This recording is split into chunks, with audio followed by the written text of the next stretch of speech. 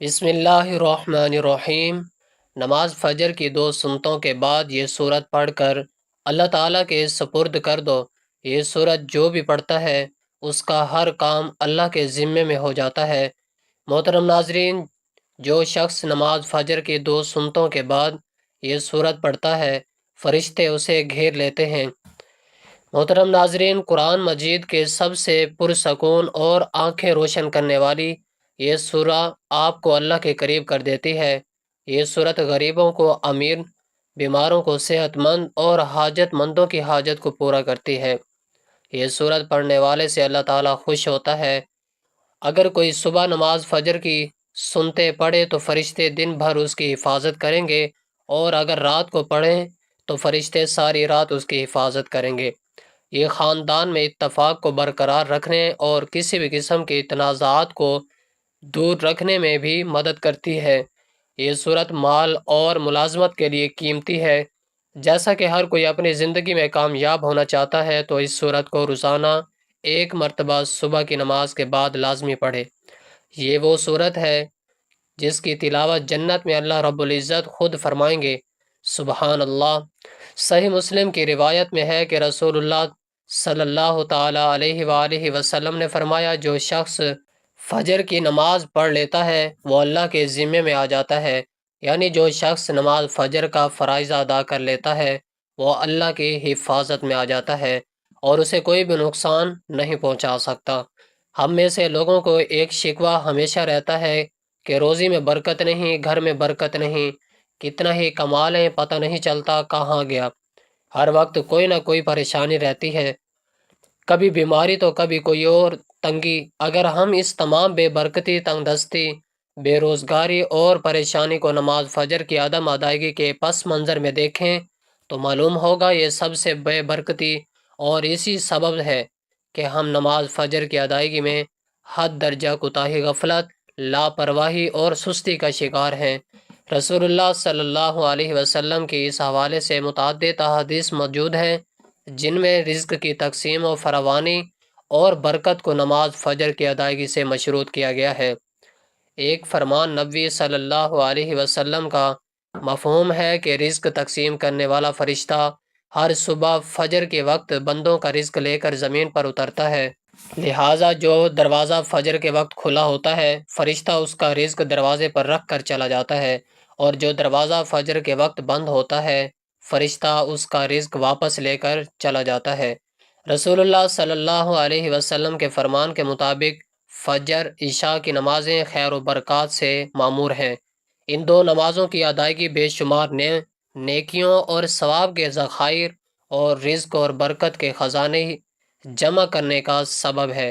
جیسا کہ رسول اللہ صلی اللہ علیہ وسلم نے ارشاد فرمایا، اگر لوگوں کو عشاء اور فجر کی نماز کا ثواب، اجر اور خیر و برکات معلوم ہو جائیں تو ان دو نمازوں میں ضرور آئیں گے، چاہے گھٹنوں کے بل گھسیٹتے ہوئے کیوں نہ آنا پڑے۔ قرآن و حدیث سے بھی نماز فجر کی قرأت و تلاوت قرآن کی اہمیت اجاگر ہوتی ہے، جس سے فجر کے وقت اور نماز فجر کی اہمیت کا پتہ چلتا ہے۔ سورۃ بنی اسرائیل میں فرمایا، بے شک فجر کی نماز میں پڑھا جانے والا قرآن محسوس و مشہور ہو کر سامنے آ جاتا ہے۔ یعنی اگر فجر کی نماز میں پڑھا جانے والا قرآن اگر سمجھ کر بغور پڑھا جائے یا سنا جائے تو وقت فجر کے تمام انوار و تجلیات اور قرآن و فیض و برکات متشکل ہو کر اللہ کے وجود اور اس کی وحدانیت کی گواہی دیتے محسوس ہوتے ہیں۔ احادیث نبوی سے بھی نماز کی اہمیت و فضیلت اور نورانیت کا پتہ چلتا ہے۔ آپ صلی اللہ علیہ وسلم نے فرمایا کہ فجر کی 2 رکعت سنت دنیا اور دنیا کی ہر چیز سے افضل ہیں۔ قرآن مجید اللہ کی سچی کتاب ہے، یہ اللہ کا پیغام اپنے بندوں کے نام ہے، اس سے ایمان بڑھتا ہے اور دلوں کے زنگ اترتے ہیں۔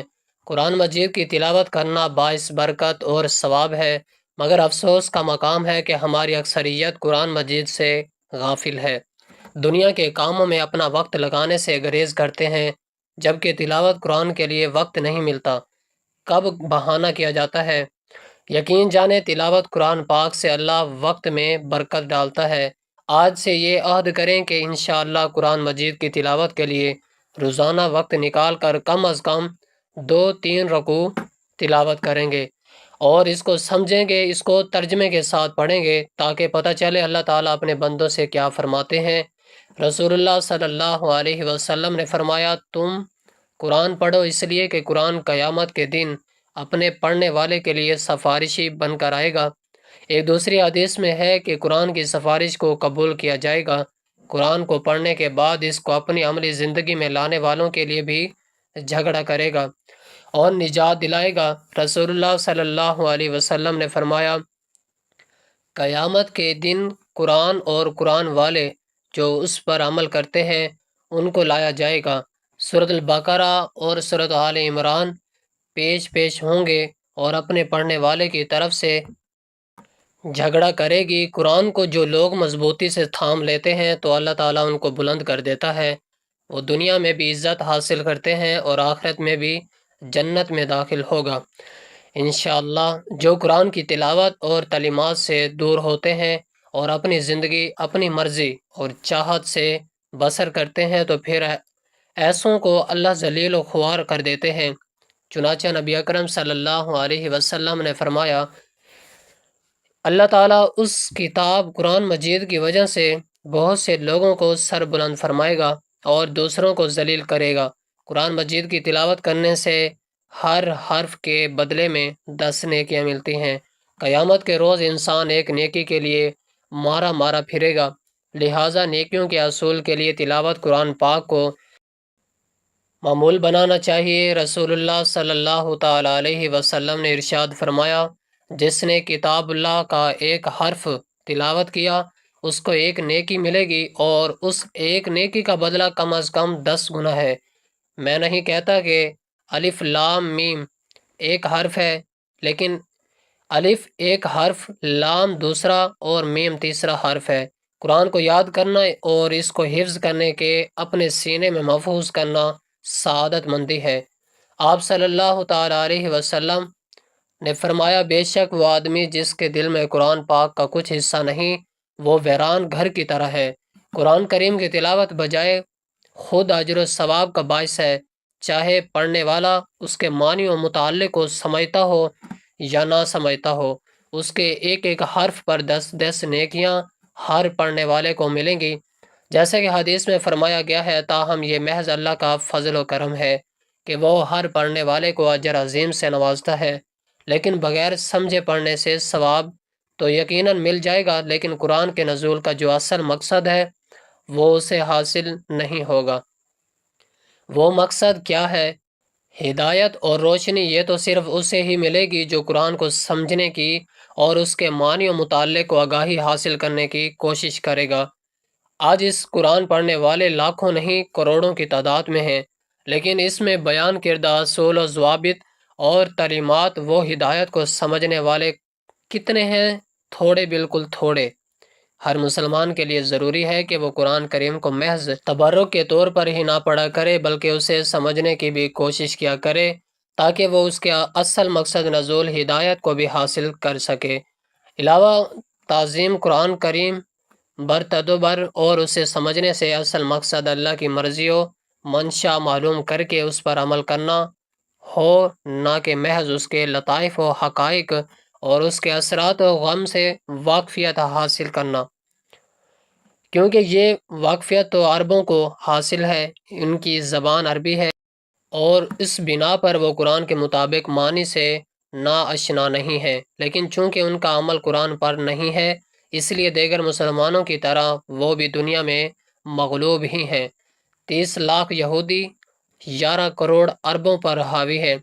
یہ قرآن سے اعراض و غریض کی وہ سزا ہے جو اللہ تعالیٰ مسلمانوں کو اس دنیا ہی میں دے رہا ہے، اس لیے قرآن پاک کو سمجھ لینا ہی کافی نہیں ہے، اس پر عمل کرنا بھی ضروری ہے، اور جب تک مسلمانوں کے انفرادی اجتماعی زندگی قرآن کے سانچے میں نہیں ڈھلے گی، ان کے شب روز کے معاملات قرآن ہدایت کے تابع نہیں ہوں گے، مسلمان قرآن کو اپنا رہنمائی زندگی تسلیم نہیں کریں گے، ان کی ذلت کا یہ درد ختم نہیں ہوگا، ان کی مشکلات کم نہیں ہوں گی اور ان کی عظمت و رفتہ بحال نہیں ہوں گی جس کے وہ خواہش مند ہیں، اور جس سے قرآن و اولیٰ کے مسلمان بہرہ یاب تھے۔ بس ایمان والے تو ایسے ہوتے ہیں کہ جب اللہ تعالیٰ کا ذکر آتا ہے تو ان کے قلوب ڈر جاتے ہیں، اور جب اللہ تعالیٰ کی آیتیں ان کو پڑھ کر سنائی جاتی ہیں تو وہ آیتیں ان کے ایمان کو اور زیادہ تازہ کر دیتی ہیں، اور وہ لوگ اپنے رب پر توکل کرتے ہیں۔ کہہ دیجئے تم اس پر ایمان لاؤ یا نہ لاؤ جنہیں ان سے پہلے علم دیا گیا ہے، ان کے پاس تو جب بھی اس کی تلاوت کی جاتی ہے تو وہ تھوڑیوں کے بل سجدے میں گر پڑتے ہیں اور کہتے ہیں ہمارا رب پاک ہے، ہمارے رب کا وعدہ بلا شک و شبہ پورا ہو کر رہنے والا ہی ہے۔ وہ اپنی تھوڑیوں کے بل روتے ہوئے سجدے میں گر پڑتے ہیں، اور یہ قرآن ان کی عاجزی اور خشوع و خضوع بڑھا دیتا ہے، یعنی قرآن مجید سن کر ان پر اس قدر خشیت الہی اور رکعت نفس طاری ہوتی ہے کہ جس سے ان کی آنکھیں اشک بار، دل موم اور پریشانیاں رب کے حضور سجدہ ریز ہو جاتی ہیں۔ حضرت عبداللہ بن مسعود رضی اللہ تعالی عنہ نقل فرماتے ہیں کہ مجھ سے نبی کریم صلی اللہ تعالی علیہ وسلم نے ارشاد فرمایا، مجھے قرآن پڑھ کر سناؤ۔ میں نے کہا، اے اللہ کے رسول صلی اللہ علیہ وسلم، میں آپ کو قرآن پڑھ کر سناؤں جبکہ قرآن کا نزول آپ ہی پر ہوا ہے؟ آپ نے فرمایا، ہاں۔ چنانچہ میں نے سورۃ نساء کی تلاوت شروع کی، اور اس آیت کریمہ، بس کیا حال ہوگا جس وقت کے ہر امت میں سے ایک گواہ ہم لائیں گے، اور آپ کو ان لوگوں پر گواہ بنا کر لائیں گے۔ اس پر آپ کی آواز میرے کانوں سے ٹکرائی، آپ فرما رہے تھے بس کرو۔ میں نے مڑ کر دیکھا تو آپ کے دونوں آنکھوں سے آنسو بہہ رہے تھے۔ دیکھیے یہی حال آپ صحابہ کرام رضوان اللہ تعالی علیہ اجمعین کا تھا کہ وہ نہایت ہی سوچ سے تلاوت قرآن پاک کرتے، خود اس سے متاثر ہوتے اور دیگر سامعین کو بھی مشہور کر دیتے۔ چنانچہ مکی دور میں حضرت ابوبکر رضی اللہ تعالی عنہ کا ایک نہایت ہی بے مثال واقعہ امام بخاری رحمۃ اللہ علیہ نے نقل فرمایا ہے، جس میں تلاوت قرآن سے متعلق ان کے یہ الفاظ ہمیں محو حیرت و استحجام میں ڈالنے کے لیے کافی ہے۔ فرماتے ہیں حضرت ابوبکر رضی اللہ تعالیٰ عنہ نے اپنے مکان کا ایک حصہ نماز کے لیے خاص کر دیا، جس میں نماز ادا کرتے اور قرآن پاک کی تلاوت کرتے، جسے سن کر مشرکین مکہ کی عورتیں اور بچے ان پر ٹوٹ پڑتے، ان کی رکعت آمیز تلاوت سے محفوظ ہوتے اور اسے حد درجہ پسندگی کی نگاہ سے دیکھتے۔ بات دراصل یہ تھی کہ حضرت ابوبکر صدیق رضی اللہ تعالیٰ عنہ نہایت نرم دل انسان تھے۔ تلاوت قرآن کے وقت اپنی آنکھوں پر قابو نہیں رکھ پاتے اور وہ بے اختیار بہہ پڑتی۔ اگر ہم اس قرآن کو کسی پہاڑ پر اتارتے تو دیکھتا کہ خوف الہی سے وہ پست ہو کر ٹکڑے ٹکڑے ہو جاتا۔ ہم ان مسائلوں کو لوگوں کے سامنے بیان کرتے تاکہ وہ غور و فکر کریں۔ تلاوت قرآن پاک اور وہ مبارک پسندیدہ عمل ہے جس کے سننے کے لیے نہ صرف ایک سلیم الطبع انس و جن مضطرب اور بے چین رہتے ہیں، بلکہ آسمان سے فرشتے بھی اتر آتے ہیں۔ جن لوگوں کو قرآن مجید سے دلی لگاؤ ہے وہ اس کی تلاوت کے بغیر سکون پا ہی نہیں سکتے۔ اس لیے باری تعالیٰ ایسے لوگوں کے اجر کو بھی بڑھا دیتا ہے، جیسا کہ حضرت عائشہ رضی اللہ تعالیٰ عنہما کی حدیث میں ہے کہ آپ صلی اللہ علیہ وسلم نے فرمایا، جو شخص قرآن میں ماہر ہے وہ معزز فرشتوں کے ساتھ ہوگا، اور جو شخص قرآن اٹک اٹک کر بامشقت پڑھے گا اس کے لیے دوہرا اجر ہے۔ ایسے لوگوں کا مقام دنیا اور آخرت دونوں جگہ اعلیٰ ورفع ہے، اعلیٰ ورفع ہوگا، جیسا کہ حضرت نافع بن عبد الحارث کے اس واقعے سے پتہ چلتا ہے جو ان کے امیر المؤمنین حضرت عمر بن خطاب رضی اللہ تعالی عنہ کے درمیان پیش آیا۔ واقعہ یہ کہ حضرت نے، جو کہ مکہ کے والی تھے، مکہ سے باہر جاتے ہوئے اپنا نائب انہوں نے ایک غلام کو بنایا۔ جب حضرت عمر رضی اللہ تعالیٰ عنہ نے اس کی وجہ دریافت کی تو انہوں نے فرمایا، وہ قرآن اور فرائض کا عالم ہے۔ اس پر حضرت عمر رضی اللہ تعالیٰ عنہ نے کہا، آپ صلی اللہ علیہ وسلم کا ارشاد گرامی ہے، بے شک اللہ تعالیٰ اس قرآن کی وجہ سے کچھ لوگوں کو بلندیاں عطا کرے گا اور کچھ کو پستی۔ محترم ناظرین، آج کے وظیفے میں جس تسبیح اور سورت کی تلاوت کا ذکر کیا گیا ہے یہ سورۃ الرحمن ہے، اور وہ مبارک تسبیح اللہ تعالیٰ کے بابرکت ناموں کی ہے۔ الرحمن اللہ کے خوبصورت ناموں میں سے جس کا مطلب ہے رحم کرنے والا۔ یہ سورت جو پڑھتا ہے اس پر رحم کیا جاتا ہے، جس مقصد کے لیے پڑھتا ہے وہ مقصد پورا کیا جاتا ہے۔ دنیا اور آخرت کی سختی سے اسے نجات ملتی ہے۔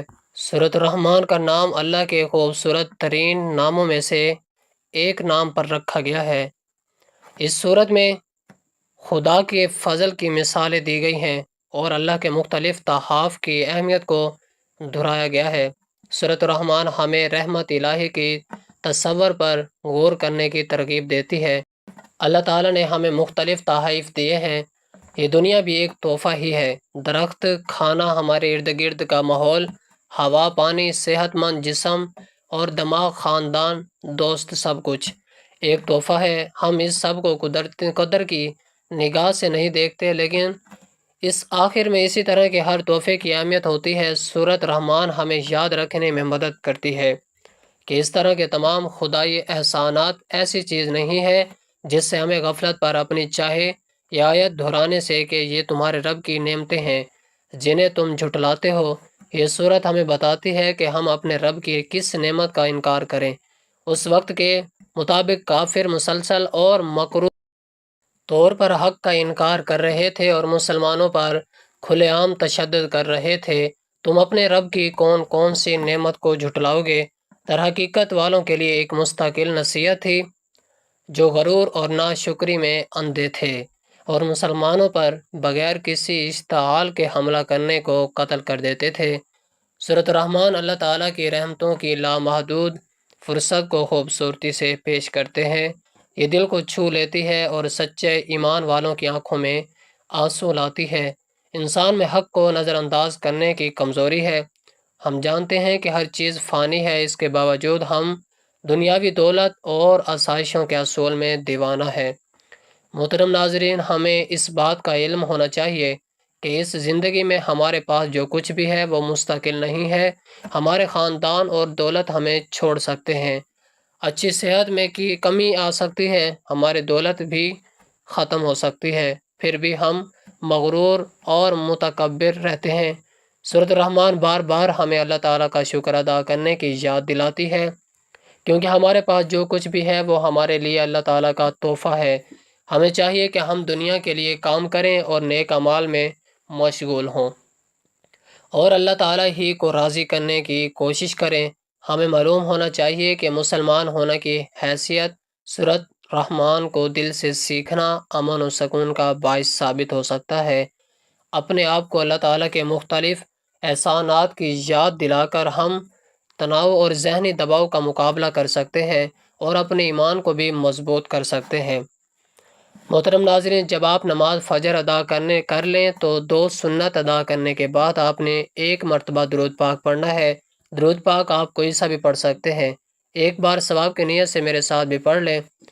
اللہم صلی علی محمد وعلی آل محمد کما صلیت علی ابراہیم وعلی آل ابراہیم انک حمید مجید۔ اللہم بارک علی محمد وعلی آل محمد کما بارکت علی ابراہیم وعلی آل ابراہیم انک حمید مجید۔ درود پاک 1 مرتبہ پڑھنے کے بعد آپ نے اللہ تعالیٰ کے مبارک نام یا رزاق یا فتاح یا علیم کی 1 تسبیح پڑھنی ہے۔ یہ تسبیح پڑھنے کے بعد آپ نے پھر 1 مرتبہ درود پاک پڑھنا ہے اور پھر نماز فجر کے فرض ادا کرنے ہیں۔ جب آپ نماز فجر ادا کر لیں تو اس کے بعد آپ نے 1 مرتبہ سورۃ الرحمن کی تلاوت کرنی ہے۔ اگر ٹائم زیادہ ہے تو آپ 2 سنت کے بعد 2 سورۃ الرحمن کی تلاوت کریں تو فرض کے بعد بھی تلاوت کر سکتے ہیں۔ اور آخر میں بھی آپ نے اللہ تعالیٰ سے دعا مانگنی ہے۔ یہ عمل کر کے اللہ تعالیٰ سے جو بھی مانگے گے اللہ تعالیٰ آپ کو خوشی خوشی وہ عطا کر دے گا، اور انشاءاللہ اس عمل کی برکت سے آپ کی تمام حاجات پوری ہو جائیں گی اور آپ کو اللہ تعالیٰ دنیا اور آخرت میں کامیابی عطا کرے گا۔ یہ عمل کرنے سے پورا سال اللہ پاک آپ پر رحم فرمائیں گے۔ جس پر پاک رحم فرما دے اس پر پوری دنیا رحمت ہے، پوری دنیا اس سے پیار کرتی ہے، کائنات ہر چیز اس سے پیار کرتی ہے۔ تو آپ اس عمل کو کریں، اس عمل کو لازمی طور پر کریں، انشاءاللہ آپ کے سب کام آسان ہو جائیں گے۔ اللہ تعالیٰ سب کو اپنی رحمت کے سائے میں رکھے، آمین۔ ناظرین، گزارش ہے کہ اللہ تعالیٰ کے 99 ناموں میں سے کوئی ایک نام لکھ کر کمنٹ میں ضرور شیئر کریں۔ اللہ تعالیٰ ہم سب کا حامی و ناصر ہو، آمین۔ جزاک اللہ خیرن کثیر۔ چینل کو سبسکرائب کریں اور ویڈیو کو ضرور لائک کریں۔ اللہ نگہبان۔